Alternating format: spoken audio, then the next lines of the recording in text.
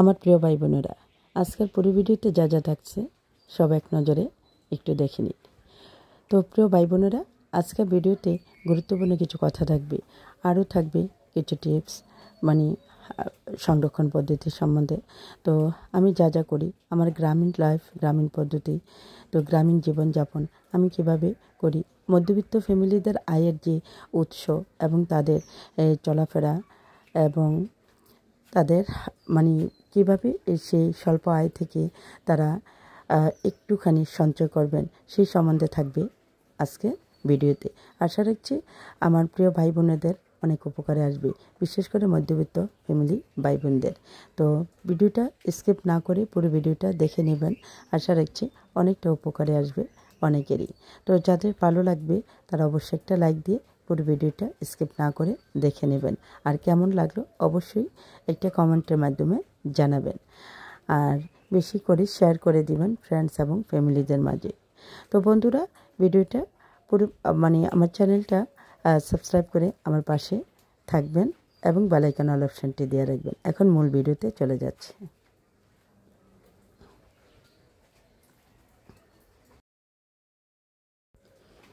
চলে আসলাম মূল ভিডিওতে। তো আজকে ভিডিওটা মোটামুটি নাস্তা বানানো থেকে শুরু করলাম। তো এই তো সকালবেলা আমি কাজকর্ম করে নিচ্ছি।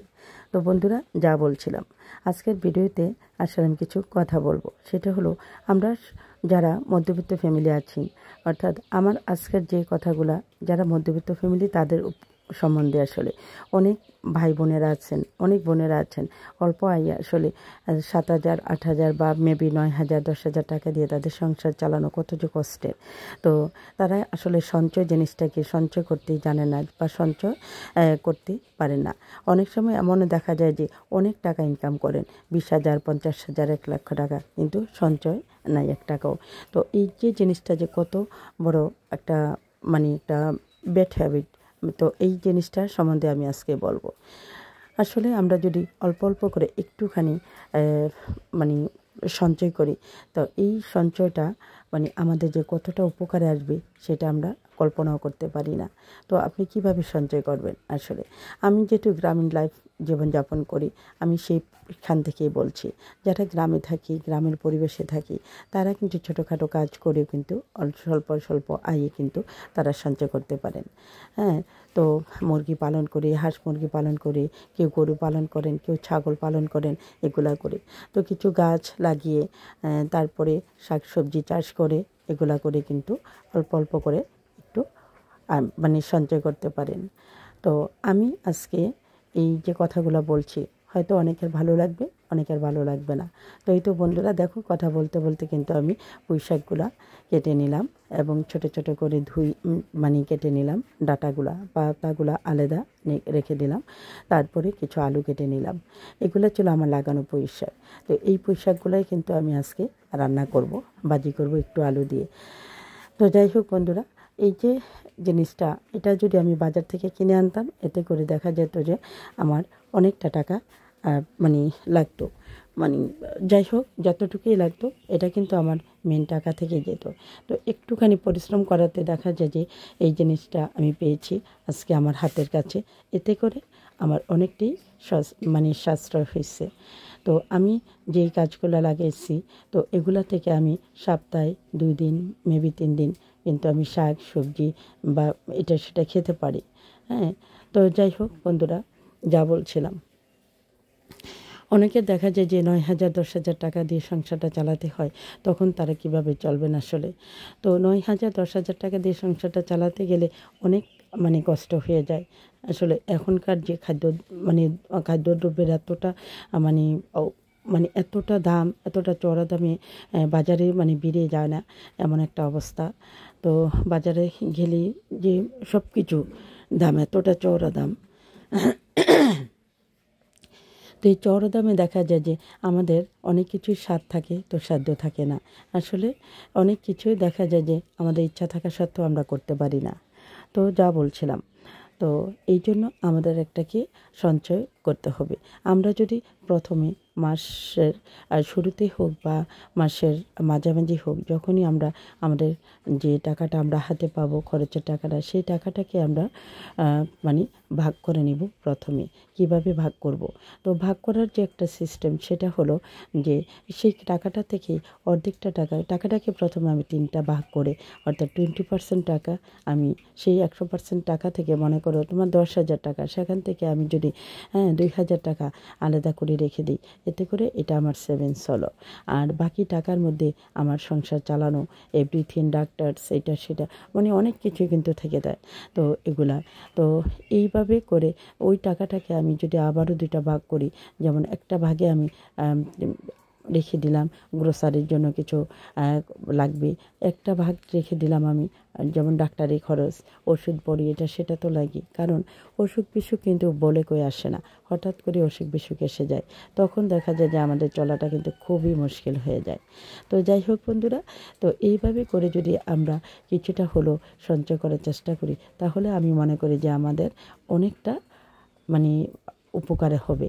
আমার ছোট ছোট ভাই বোনদের উদ্দেশ্যে বলছি, আমার ভিডিওতে যারা আছেন, আমার ভিডিওতে শুরু থেকে যারা এই পর্যন্ত আছেন, তাদের উদ্দেশ্যে আসলে বলা।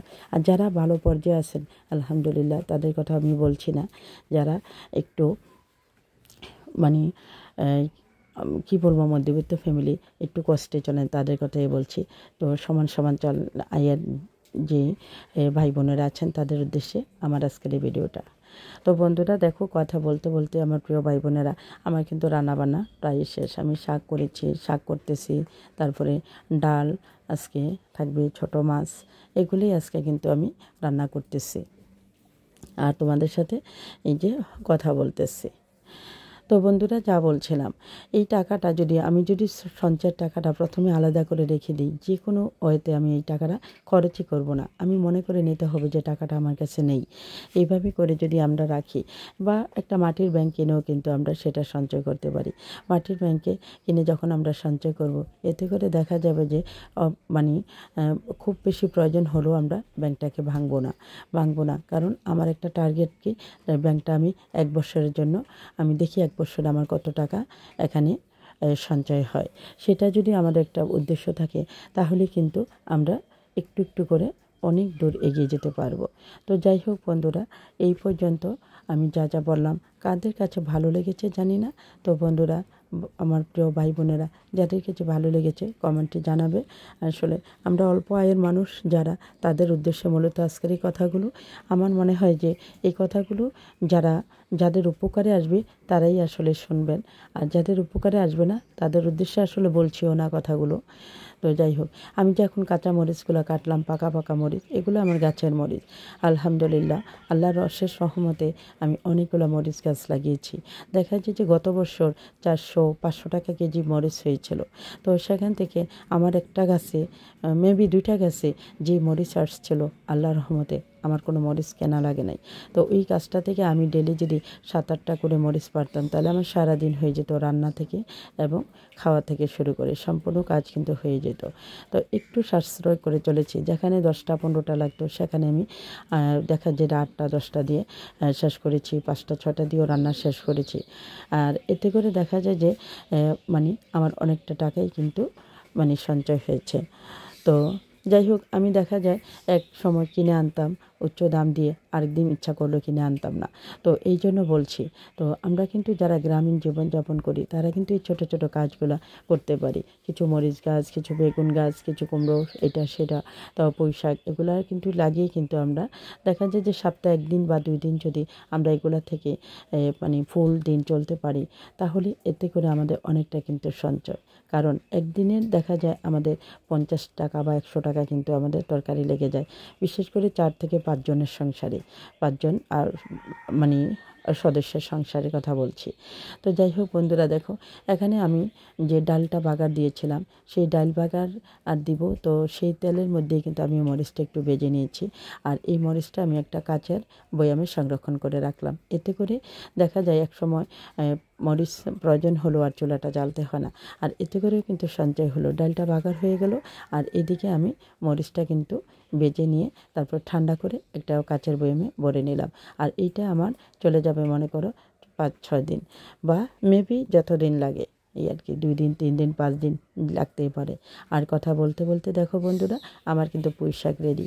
আর পুঁই শাকে আমি সামান্য আলু দিয়েছিলাম কুচি কুচি করে, আর আমার গাছের মরিচ দিয়েছি। তো দেখো বন্ধুরা কতটা টেস্টি হয়েছিল, মানে কি বলবো, তোমরা তো খেতে পারোনি, তোমাদের জন্য রেসিপি পাঠালাম। এইভাবে করে কারা কারা আসলে পুঁই শাক খাও। আমি অবশ্য পুঁই শাক অনেকভাবে রান্না করি, আর আজকের রান্নাটাও কিন্তু অন্যরকম ছিল, একটু ভাপিয়ে আমি রান্না করেছি। আর এই রান্নাটাও কিন্তু অসাধারণ হয়েছিল। আর বিশেষ করে পুঁই শাক আমি চিংড়ি মাছ দিয়ে কিন্তু মানে বিশেষ করে খেয়ে থাকি, এতে করে অনেকটা ভালো লাগে। তো আজকে যেহেতু একদমই নিরামিষ, তার জন্য আমি একটুখানি আলু দিয়েছি, আর সেই আলুটা দিয়ে আমি রান্না করেছি। তো এতে করেও কিন্তু কোনো স্বাদের কোনো হেরফের হয়নি। তো যাই হোক বন্ধুরা, আমার গাছের নিজের হাতে লাগানো গাছ কত যে ভালো লাগছিল।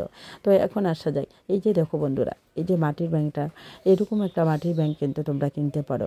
যে কোনো মাটির ব্যাংক কিন্তু বাড়িতে যে হাঁড়ি পাতিল, যে মাটির হাঁড়ি পাতিল বিক্রি করেন, তারা কিন্তু নিয়ে আসেন ছোট ছোট সাইজের বা মিডিয়াম সাইজের। তোমরা একটা যদি টার্গেট নাও, তাহলে তোমরা যদি দৈনিক 100 টাকা 200 টাকা 500 টাকা মেবি 1000 টাকা করে জমাতে পারো, তো তাহলে বছর শেষে দেখা যাবে যে মাশাআল্লাহ অনেকগুলো টাকা জমেছে। সেই টাকা থেকে কিন্তু আমরা অনেক কিছু করতে পারি। আমাদের দরকারি, সংসারে দরকারি কোনো কাজ করতে পারি। ছেলেমেয়েদের লেখাপড়া থেকে শুরু করে অন্যান্য অনেক কাজে লাগাতে পারি। একটা ছাগল কিনতে পারি, মেবি একটা গরু কিনতে পারি। গরুর টাকা না হোক, অর্থাৎ আমি যে জিনিসটা বাজেটটা ধরছি আজকে 8-9 হাজার 10,000 টাকার মধ্যে, তো বড় কিছু করা আমার সম্ভব না জানি, তারপরেও ছোট থেকেই কিন্তু সব কিছু, কারণ ছোট বালুকার কণা বিন্দু বিন্দু জল, তাই না? তো যাই হোক বন্ধুরা, আজকের পুরো ভিডিওটি তোমাদের কাছে কেমন লাগলো অবশ্যই একটা কমেন্টে জানাবে। আর এই ধরনের ভিডিও কার কার পছন্দ, যদি তোমরা আরও এই ধরনের ভিডিও চাও, তাহলে অবশ্যই কমেন্টে জানাবে। তোমাদের মাঝে আমি এ ধরনের ভিডিও নিয়ে আসবো। আমি জানি না কেমন লাগলো। তো ওই তো দেখতে দেখতে আজকাল সারাদিনে কাজগুলো করে নিলাম, আবারও ফিরে আসবো তোমাদের মাঝে। তো সে পর্যন্ত তোমরা ভালো থেকো, আর আমার জন্য দোয়া করো। আসসালামু আলাইকুম, আল্লাহ হাফেজ।